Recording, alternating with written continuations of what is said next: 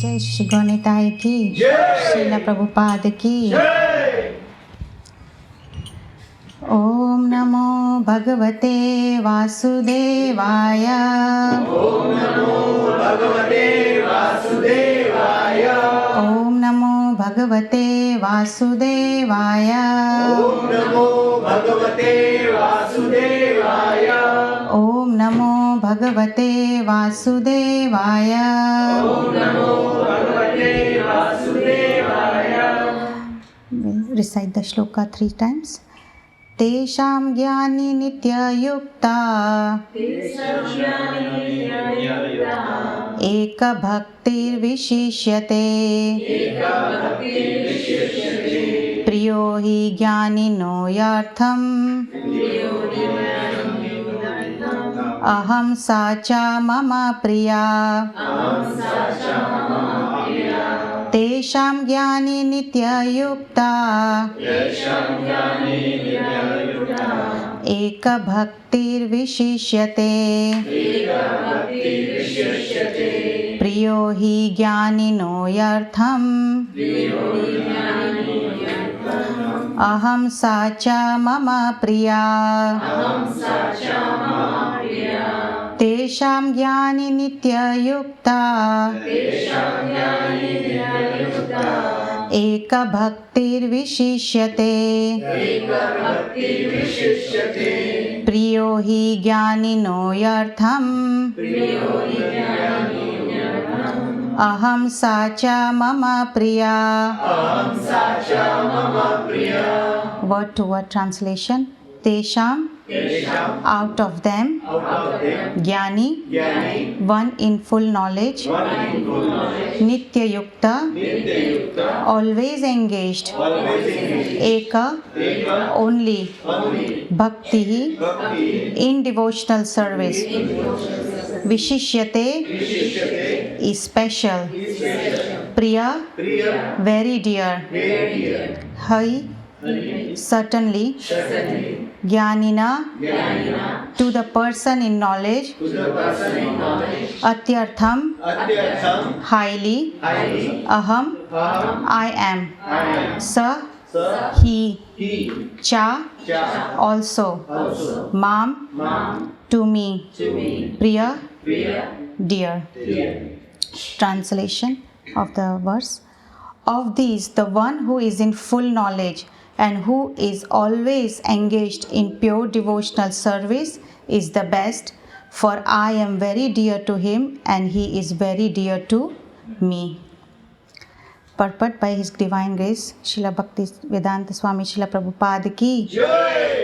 Free from all contaminations of material desires, the distressed, the inquisitive, the penniless, and the seeker after the supreme knowledge can all become pure devotees. But out of them, he who is in knowledge of the absolute truth and free from all material desires become a real pure devotee of the Lord. And of the four orders, the devotee who is in full knowledge and is at the same time engaged in devotional service is, the Lord says, the best. By searching after knowledge, one realizes the self is different from his material body, and when further advanced, he comes to the knowledge of impersonal Brahman and Paramatma. When one is fully purified, he realizes that his constitutional position is to be the eternal servant of the Lord. So, by association with pure devotees, the inquisitive, the distressed, the seeker after material amelioration, and the man in knowledge all become themselves pure. But in the preparatory stage, the man who is in full knowledge of the Supreme Lord and is at the same time executing devotional service is very dear to the Lord. He who is situated in pure knowledge of the transcendence of the Supreme Personality of Godhead is so protected in devotional service that material contamination cannot touch him. Om Ajnanaatimirandasya Jnananjana Shalakaya चक्षुरुन्मीलितं येन तस्मै श्रीगुरुवे नमः। श्रीचैतन्यमनोभीष्टं स्थापितं येन भूतले स्वयं रूपा कदा मह्यं ददाति स्वपदान्तिकं। वन्देऽहं श्रीगुरुं श्रीयुतपदकमलं श्रीगुरुं वैष्णवंश श्रीरूपं साग्रजातं सहगण रघुनाथान्वितं तं सजीवं सद्वैतं सावधूतं परिजनसहितं कृष्णचैतन्यदेवं श्रीराधा कृष्णा पदसहगना ललिता श्रीविशाखान्वितंश्च। हे कृष्णा करुणा सिन्धु दीनबन्धु जगत्पते गोपेश गोपिका कान्ता राधा कान्ता नमस्तुते। तप्त कंचन गौरंगी राधे वृंदावनेश्वरी वृषभानुसुते देवी प्रणमामि हरिप्रिये। वाञ्छाकल्पतरुभ्यश्च कृपा सिन्धुभ्य एव च पतितानां पावनेभ्यो वैष्णवेभ्यो नमो नमः। जय श्री कृष्ण चैतन्य प्रभु नित्यानंद श्री अद्वैत गदाधर श्रीवासदि गौर भक्तवृंद। हरे कृष्णा कृष्ण कृष्ण हरे हरे हरे राम राम राम हरे हरे। हरे कृष्णा कृष्ण कृष्ण हरे हरे हरे राम राम राम हरे हरे। हरे Krishna Krishna Krishna Hare Hare Hare Ram Ram Ram Hare Hare. Hare Krishna. So we are discussing verse number 17 today. So we'll just do a little recap. So in previous verses, that is verse number 14, Krishna says, the three modes which are my divine energy are very difficult to overcome. Krishna says that to Arjuna. But those who surrender unto me, Krishna says, that person can easily cross over these modes of material nature. Those who surrender unto him. So then he tells Arjuna, but there are in verse 15, Krishna tells Arjuna, the ones who don't surrender unto me. Krishna tells Arjuna, there are people who also don't surrender unto me. Who are they? Duskritino, miscreants. Then the second one, Mura, who's foolish. Mayaya parita jnana, the one whose knowledge is stolen by illusion. And the last one is Asuram Bhava, those who are atheists. These people, Krishna says, they don't surrender unto me. Then in so Krishna then tells Arjuna, don't worry, there are 4 types of devotees who do surrender unto me. And who are they? Anybody remembers last week's verse? Jnani. The one who is inquisitive. Jigyasu. So first is Artho, the distress, those who are in distress. Jigyasu, the inquisitive. And Artharthi, one who desires material wealth. And Jnani, one who is in knowledge. So Krishna says these 4 types of people do surrender unto me. So the first 3, that is Artho, Jigyasu and Artharthi, they are actually coming to Krishna for what? Because they want something from him. They are in distress, so they want Krishna to help them. They are inquisitive, so they want to, ask Krishna for something. They want, Artharthi is one who has material desires. I want this, I want a car, I want this, I want a bungalow, everything, like that. So material. The 4th one is Jnani. Jnani is the one who is in knowledge. So the first 3 are Sakam Karmi Yogis, right? They want something, they want to ask for a lot for something, and then, they want a lot to give them also. And Jnani is the one who is in knowledge. So the first 3 are Karma Mishra Bhakti. They have bhakti, they are coming to the Lord, but they want something from the Lord. They are not coming to the Lord out of pure love. But the 4th one, the Jnani, Krishna says, is very dear to me, the one who is in knowledge. Now this Jnani here we need to understand is that this Jnani is Jnana Mishra Bhakti. He has the Jnana. The Lord is the supreme. He has the Sambandha with the Lord. with Sambandha, Pravijana and Abhidaya. So he has the Sambandha with the Lord, but he is not doing the process. He is not doing the devotional service, but he has the knowledge that Lord is the Supreme. Then so example, I'll just this is a true example incident. So these Sakam Karmi Yogis, how they are. So there was one devotee, not a devotee, normal person who was coming to the temple every time to take darshan. This is in Delhi, one of the Iskcons in Delhi, and he would associate with the devotees there, and he would regularly go to the temple and all. And suddenly, after some time, he stops coming to the temple. So the devotees who were associating with him, they were wondering why this gentleman is not coming to the temple. And anyway, they just thought that one time we'll meet him or something. And they actually met him somewhere in the area. And then they asked, "Oh, we miss you in the temple. Why you're not coming to the temple?" He says, "Yeah, I've been coming to the temple all these years, but Krishna is not answering my prayers. So I've stopped coming to the temple here, but now I go to Sai Baba temple." So for them it is like a shopping mall. I don't like this mall here, I will go to another mall. This God is not answering my prayers, I will go to another temple. So they keep on jumping from one temple to another, or going from one shopping mall to another. So people are like that. If my prayers are not answered, I'm going to go to another mall. So Krishna then talks about Jnani, that is one who is in the knowledge of the Supreme. So as we mentioned, Krishna is not talking about philosophers here who have flowery language, and also not about mental speculators, who are speculating about Krishna and all. He is talking about Jnani, the one who is in the knowledge.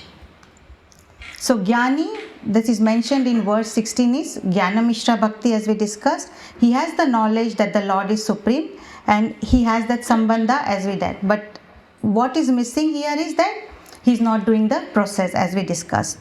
So now in verse 17, Krishna says, "Of these who is in full knowledge of and is always engaged in pure devotional service is the best."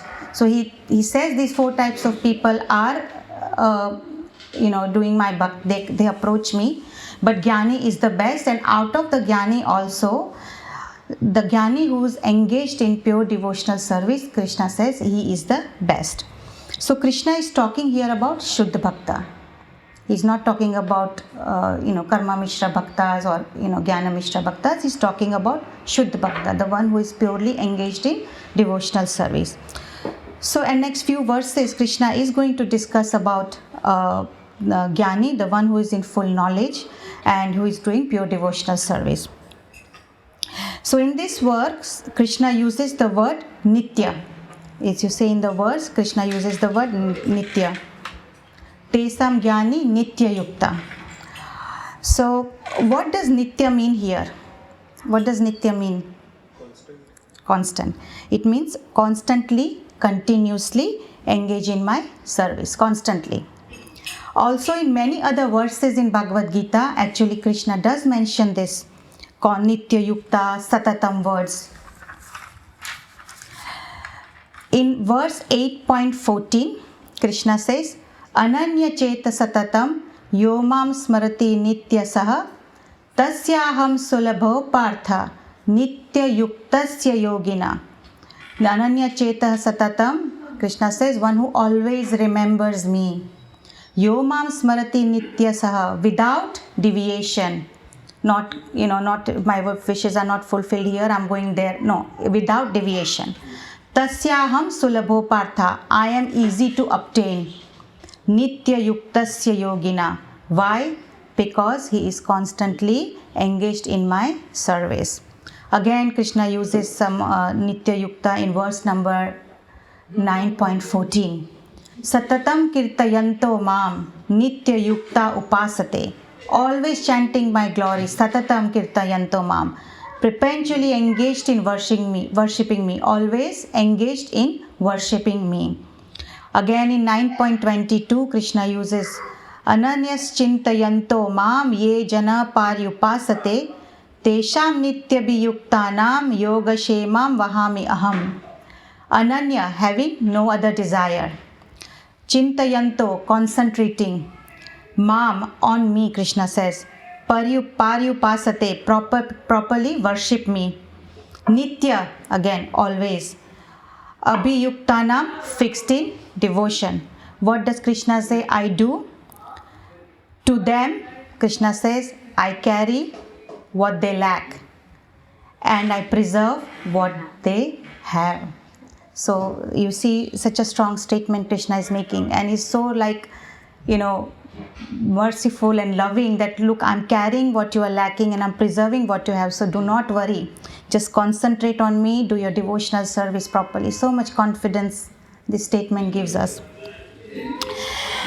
And also even for those who want material opulence, Krishna says, I carry what you lack. So this statement gives confidence to new devotees. When the devotees come to the temple, we tell them, do your devotional service properly, do this, do that. We try, and it's like, okay, when I do all these things, what is in it for me?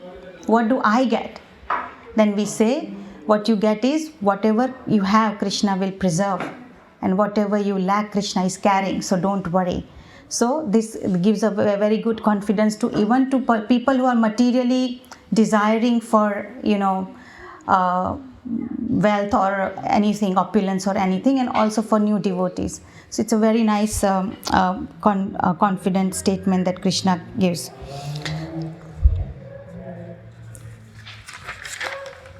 Srila Prabhupada says, what is our slogan always? One of the very common slogans Srila Prabhupada is quoted in our Iskcon, is quoted by Srila Prabhupada and many devotees also. Always remember Krishna and never forget Krishna, one of our Iskcon slogan, right? And it's written at many places, and it's such a strong, Srila Prabhupada is strongly saying, always remember Krishna, because that's what Srila Prabhupada always did.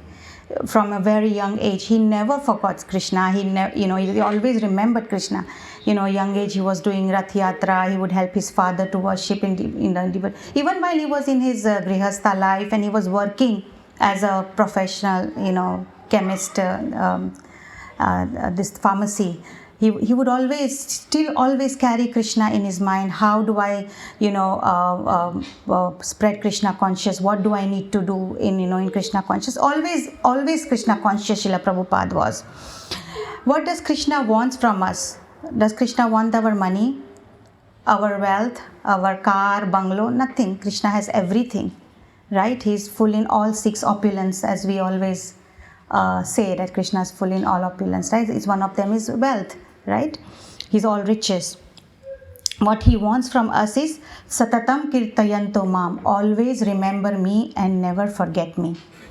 And remembering him always is not just sometimes, now this moment I'm remembering Krishna, and then suddenly, I forgot about you, Krishna. No, satatam kirtayanto mam, constantly and continuously remember me. If we are in need of something, or if we have some problem, we approach Krishna, right? And actually it is said that we shouldn't ask Krishna for anything, because Krishna already knows what we want, right? But sometimes we do still approach Krishna, and it is good, because at least we are approaching Krishna. We are not going to demigods, we are not going to from one temple to another, we are at least approaching Krishna. Krishna says, whatever you want, just come to me, So, but the best is without any motive, without any desire, just come to me, Krishna says. But without, so now it depends on Krishna whether he gives it or not. We approach Krishna for, if we want something, but not necessarily always Krishna is going to fulfill our wishes, because we may see a small picture. At this moment, I only want this thing. I only want this, a bungalow or something.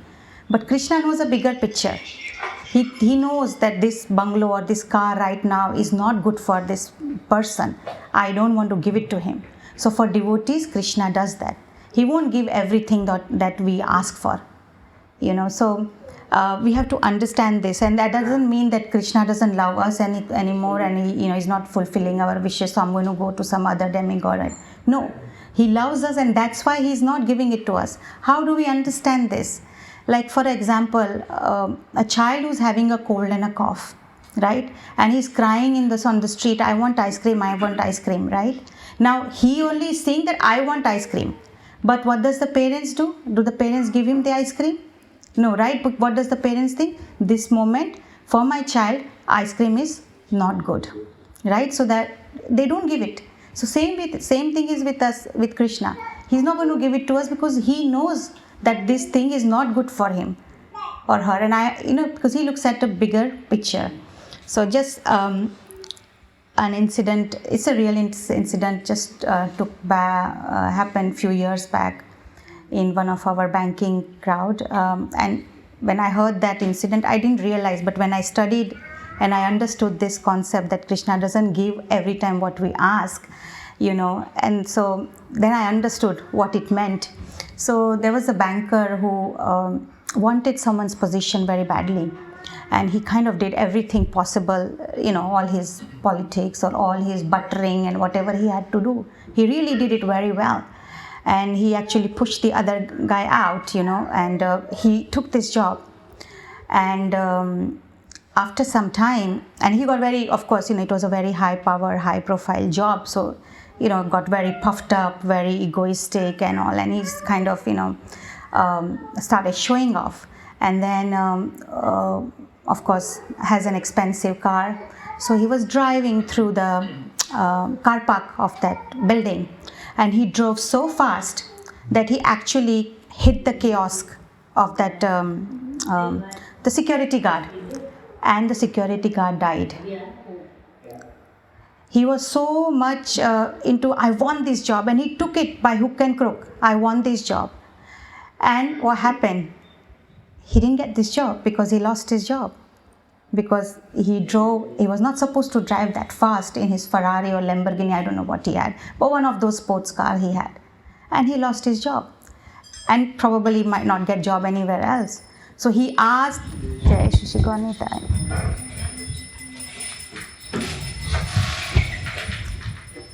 so he really asked for this job. Now he prayed or not to Krishna, I don't know, or to Lord or God, anything, but he really wanted this job, and he took it by hook or crook.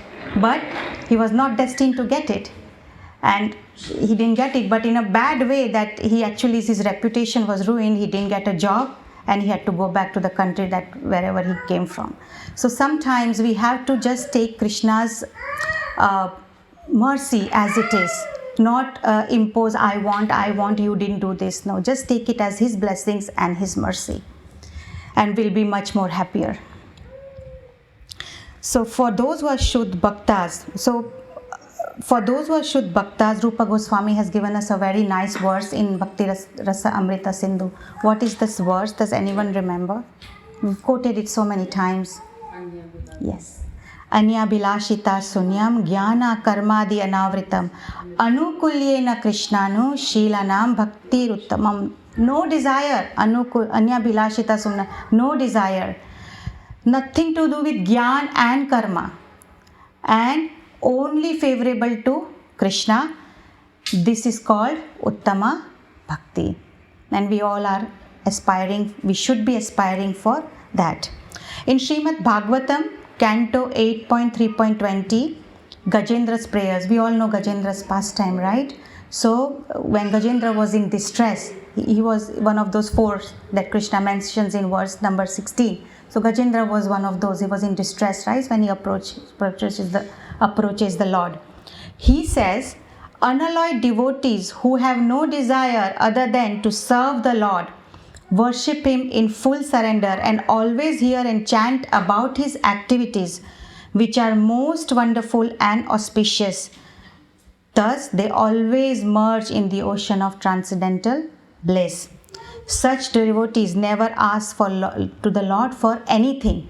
But what Gajendra says, however, I am in danger, and thus I pray to the Supreme Lord, who is eternally existing, who is invincible, who is the Lord of all great personalities like Brahma and Shiva, and who is available only by transcendental bhakti yoga. Krishna is only available by bhakti yoga, not by karma yoga, jnana yoga, ashtanga yoga, dhyana yoga, nothing. Only by bhakti yoga. So Gajendra was asking for immediate benediction because he had no other way. He had, he remembered Krishna. He had no other way because the crocodile was not letting go of his leg, and the war, that fight went on for thousands of years, right? So sometimes when there is no alternative, a pure devotee being fully dependent on Krishna's mercy prays for some benediction. That Krishna, I am at your lotus feet, please help me. Then there is no wrong in that, because Krishna says, whatever you want, come to me. Whenever you are distressed, when you are upset, we go and talk to our deities, right? We should all be talking to our deities. We all have deities at home, right? When we are in distress, in trouble, and which is fine, because in material world, it is like that, right? Dukhalayam ashashvatam. So we should go and just talk to our deities, in front of our deities, that look, this is what I am facing. Please help me, please guide me, please keep me protected under Shasha. This is all bhakti. Just praying to the Lord, surrendering to the Lord in any situation. So there is no regret in these type of prayers. We can, in distress, we can approach Krishna, knowing fully that He is the Supreme, what is our constitutional, knowing all these things, not asking for material wealth. Because material wealth, one thing we need to understand, whatever material opulence we have in our lives, it is not something that, you are getting it only because of your previous karmas. Not because you are working very hard. Even a person working on a construction company also works very hard already. Has he become multimillionaire? No. But someone who's just pressing a button in the office and making a phone call makes millions of money, right?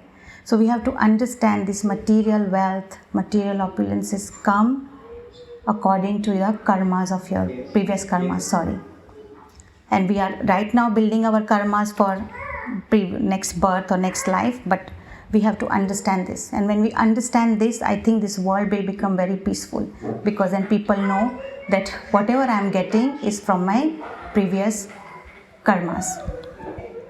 In the second line of the verse, it says, Eka Bhaktir Vishishyate, right? Only Krishna says one pointed focused bhakti we have to do. And what is our focus? Our focus should be Krishna. Our prayer should be Krishna. Whatever you desire is fine. It's very difficult for us to kind of pray like that, but that should be our prayers. Whatever you desire, you make me an instrument in your hands. This is what our prayers should be. And who did Eka Bhakti Vishishyate? Gopis, right? Krishna, gopis were constantly thinking only about Krishna. They used to do Ananya Bhakti. What is Ananya Bhakti? One-pointed devotional service to the Lord involving total surrender. They were so surrendered to Krishna, and they are ready to do anything for Krishna. We all must have heard this pastime of Krishna having a headache. Have you heard about, for those who never, just a quick one. So one time Narad Muni goes to Krishna. He's spaceman, he goes everywhere. So he goes to Krishna and he says, who's your pure devotee, my Lord? So Krishna doesn't answer. Krishna says, okay, I tell you what. Narad Muni, you go and tell everybody, all the devatas, that Krishna is having a headache and he wants the dust from the feet of the devotee. So Narad Muni is surprised, but he still goes, and he goes to Brahma first. He says, Lord Brahma, Krishna is having headache and he wants the dust from your feet. He's like, how can I give? He is my Lord, he is my worshipable Lord. No, I cannot give. I will commit a sin. So then Narad Muni says, okay, and he goes to Lord Shiva. Lord Shiva also tells him the same thing. Then he goes to other devatas, then he goes to Vrindavan, to the gopis. So the gopis ask Narad Muni, so what is our Krishna doing? Oh, Krishna is having a terrible headache and he wants dust of your feet. What do gopis do? They didn't say, oh, how can we do that? This is here. You want dust? It will make Krishna's headache better. Here, take our dust. So then Narad Muni goes to gives the dust, and then Krishna says, they are my devotees. Anything for Krishna. Didn't think what world is going to think about gopis, or what they are going to commit a sin or anything. Just Krishna wants, I will do it. Here you go. So they are pure devotees, and that's why Krishna says gopis are very dear to me. In Srimad Bhagavatam, Canto 10, 44-15, in Killing of Kamsa, Sukdev Goswami says about gopis, the ladies of Vraja are the most fortunate of women, because with their mind fully attached to Krishna and their throats always choked up with tears, they constantly sing about him while milking the cows, winnowing grains, churning the butter, gathering cow dung for fuel, riding on swings, taking care of the crying babies, sprinkling grounds with water, cleaning their houses, and so on. Look at the amount of work the gopis used to do. By their exalted Krishna consciousness, they automatically acquire all desirable things. Very good example for all of the grihasthas, for us to learn from gopis. How busy they were. They didn't even have maids. They used to do all the housework by themselves, as mentioned by Sukdev Goswami here. But still they managed to keep Krishna in their mind and heart. It's not that, I had so much work to do, Krishna, sorry, I didn't have time to remember you, which happened to us. But gopis, never. They were constantly engaged in remembering Krishna. And this is what a grihastha we have to learn. No excuses not to remember Krishna. Srila Prabhupada has taught us how to remember Krishna in every spheres of life. Not just sometime, now and then, but every time. He's already, even for grihasthas, all the ashrams, Srila Prabhupada has taught us how to remember Krishna. We have to understand one thing. Nothing in this material world is so wonderful to be attracted to. And nothing in this material world is so dreadful to be agitated. Because we have to understand this material world is dukhalayam ashashvatam, and it is full of miseries and temporary. Dukhalayam ashashvatam means temporary and full of miseries. And Krishna says in 2.14, if any very famous verse, Matra Sparsesh tu Kaunteya, he tells Arjuna, be focused, learn to tolerate. I'm going to the shloka. So he tells Arjuna, learn to tolerate. So we have to learn to tolerate. And that's why Srila Prabhupada has explained this term to us very nicely, Dukhalayam Ashashvatam, making us realize that this is temporary and it is full of miseries. So we have to be Sthita Pragya. Again, Krishna teaches Arjuna how to be Sthita Pragya in chapter 2.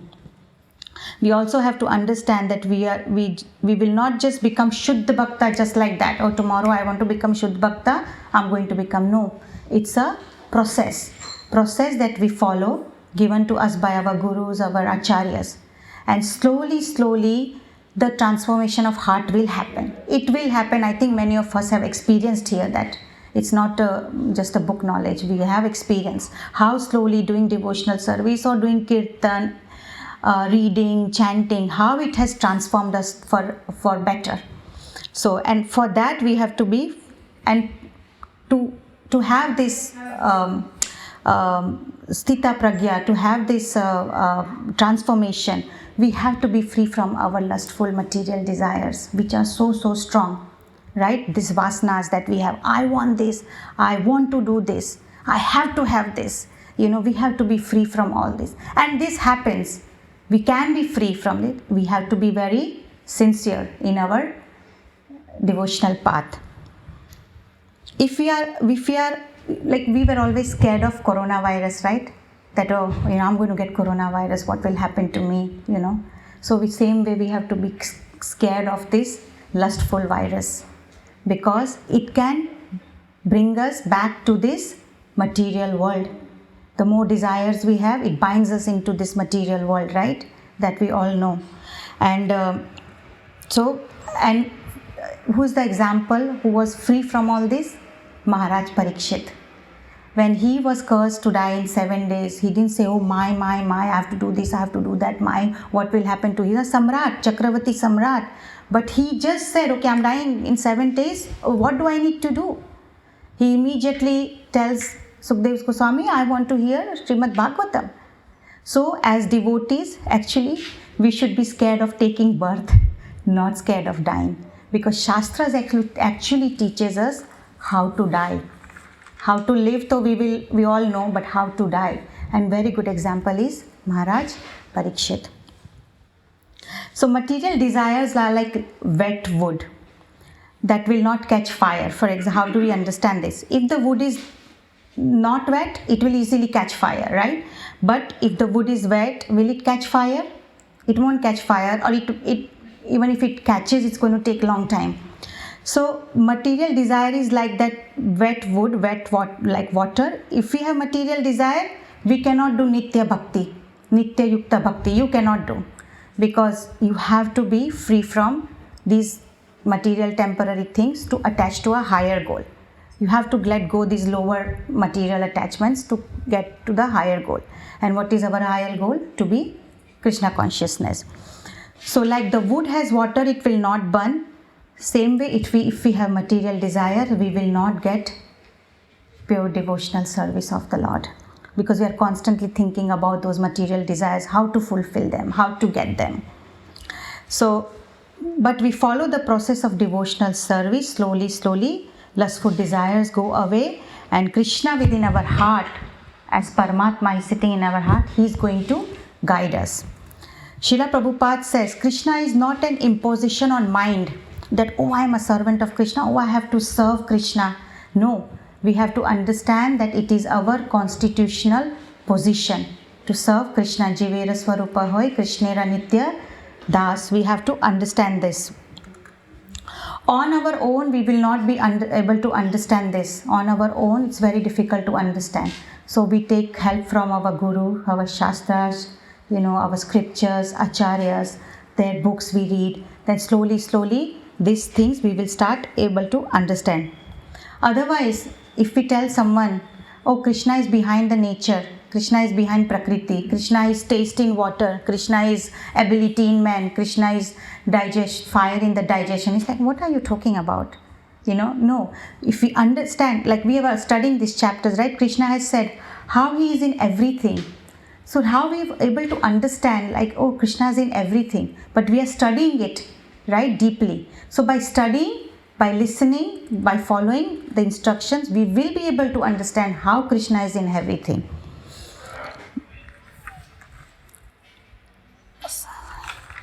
Krishna says in Srimad Bhagavatam 11:14-21, Bhaktyaham ekaya grahya, only by practicing unalloyed devotional service with full faith in me, one can obtain me.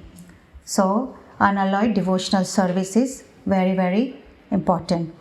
In 7.1, Krishna gives an instruction to Arjuna, right? What does he say? Tatshrinu, please listen carefully. Although Krishna does give him that, I am in so and so and mode of the three, he talks about 3 modes of material nature and all. But in 7.17, that the verse that we are discussing today, Krishna says, Tesam Jnani Nitya Yukta. Jnani, who is in full knowledge of me, Krishna says, Aham Sacha Mama Priya. I am very dear to him and he is very dear to Krishna. And we are all sitting here to be very dear to Krishna, right? So we must follow Eka Bhaktir Vishishyate, like Haridas Thakur did. Only chanting. Tukaram, no matter what problems he had, whatever, he was only singing the glories of the Lord, right? He had a wife and, everybody. So we have to be focused. We should not lose our focus. And that's why we have all this association of devotees, our sanghas. So our focus, we all are staying in material world, we go through so many issues, but if we have our focus, then we will not be deviated from the path. And the focus comes with association. Like Srila Prabhupada was very focused. What did he tell his wife? Tea or me? Chai ya main? And the wife chose tea. So Srila Prabhupada says, oh, okay, you chose tea, so I'll be. No, he was very focused. He says, no, I have fulfilled all my grihastha duties. He was carrying his Guru Maharaj instructions. What? 2 instructions. Print books when you have money, and the second instruction was go to the Western world and spread Krishna consciousness, construct temples. Right? He was very focused. I have to do this. But he didn't leave everything halfway through. He did all his responsibilities he fulfilled. But he asked his wife, tea or me? The wife chose tea. But that didn't deviate his focus. Okay, never mind, it's okay. My Guru Maharaj instructions, no need. It's okay. I will stay with you. No, he was one-pointed focus. Ek bhakti vishishyate. So, what is ek bhakti? How do we understand this? So, I'll say it in Hindi, Tom Prabhu, but we'll translate in English also. Hum Krishna ke hain. We are Lord Krishna's. Second, हम कृष्णा के लिए भक्ति कर रहे हैं. We are doing Lord Krishna's bhakti. The third one, हम कृष्णा का भजन कर रहे हैं. We are doing Krishna's bhajan. We are singing Krishna's glories. This is what a Shuddha Bhakta should always be thinking. हम कृष्णा के हैं. We are doing Krishna's bhakti. We are singing Krishna's glory. This is what a Shuddha Bhakta is supposed to be thinking. So, what is our first realization in bhakti? So, in this one verse only Srila Prabhupada mentions. So, our first realization should be what? We are soul, we are not body. Yes, Prabhu. I am a spirit soul. I am not this body. Then second realization? Okay, we are soul, we are Jivatma, he is Paramatma. Yes, he comes from the knowledge of Brahman realization and Paramatma realization. And what is the third one? Yes, he does not forget his constitutional position as a servant of the Lord. These are the realization in the bhakti we should have. So that is the highest stage. The highest stage is I am the servant of the Lord. How may I serve you? For now it may sound very theoretical, right? Or in the theory it's nice. But if we practice, if we study, if we chant, the whole devotional process that Srila Prabhupada has given us, the acharyas, it will come. We will come to that point. We will come to that point. I am your eternal servant, oh my Lord. How do I serve you? So our point should be of Shuddha Bhakta. Just last I'm finishing off. Man mana bhava mad bhakta madhyaji mam namaskuru mam evashyasi yuktavyam atmanam mad parayanaha. Always think of me. A Shuddha Bhakta, Krishna says, always thinks of me. He becomes my devotee, worships me, offers obeisance unto me, dedicate his mind, body unto me. For that person, Krishna says, will certainly attain me. This is what a Shuddha Bhakta is thinking. And this is what the Lord also wants from us. And also a Shuddha Bhakta, what does he pray to Krishna? In the last verse of Sikshashtakam, what does it say? Ashlishya va padaratam pinastu mam adarsanam marma hatam karotu va yata tatha vidhatu lampato mat prana nathastu sa evana para. I know no one but you, Krishna, as my Lord. You will remain even if you handle me roughly. This is what a Shuddha Bhakta's prayer should be. And embrace me or make me broken-hearted by not being present in front of me. You are completely free to do anything and everything, but you will always remain my worshipable Lord unconditional. This is what our prayer should be. This is what a Shuddha Bhakta prayers should be.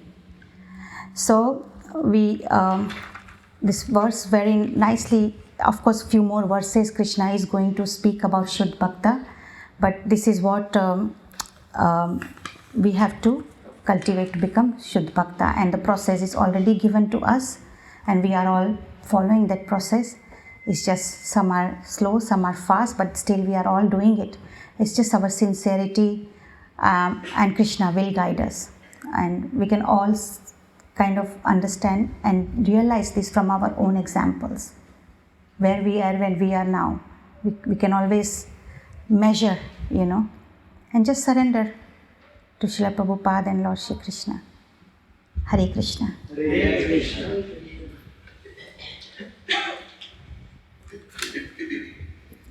So, any question? Any questions? Any questions? Whatever you have said, it is our process and we have to go. But reaching up to the level of the pure devotee, Krishna has said in the Gita itself that it is 1 or 2% out of the millions. Yes, bahunam janmanam ante jnanavamam prapadyante vasudevam out of the sarvadam. millions who reach up to that stage. Yeah. So that gives us some discouragement also. No, but I cannot be in millions, 1 or 2% out of millions. It is like that. But that you think like that. Maybe in Krishna's diary you are already there.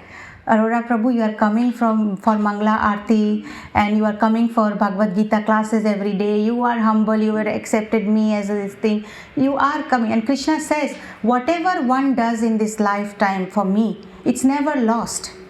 So he is not forgetting, even if we do 20% bhakti, Krishna remembers that. And in our next life, we will start from the 21st person. That confidence Krishna gives us. We just have to, we don't have to be attached to that results of bahunam janmanam ante. We do our process properly. And I know what you mean, it kind of discourages us, but Krishna has given us. He says, no, I carry what you lack and I preserve what you have. So he's going to preserve what we are doing. It's not like, next janam we have to start our ABCDs and 1, 2, 3, 4 again, right? Krishna is already preserving what we have.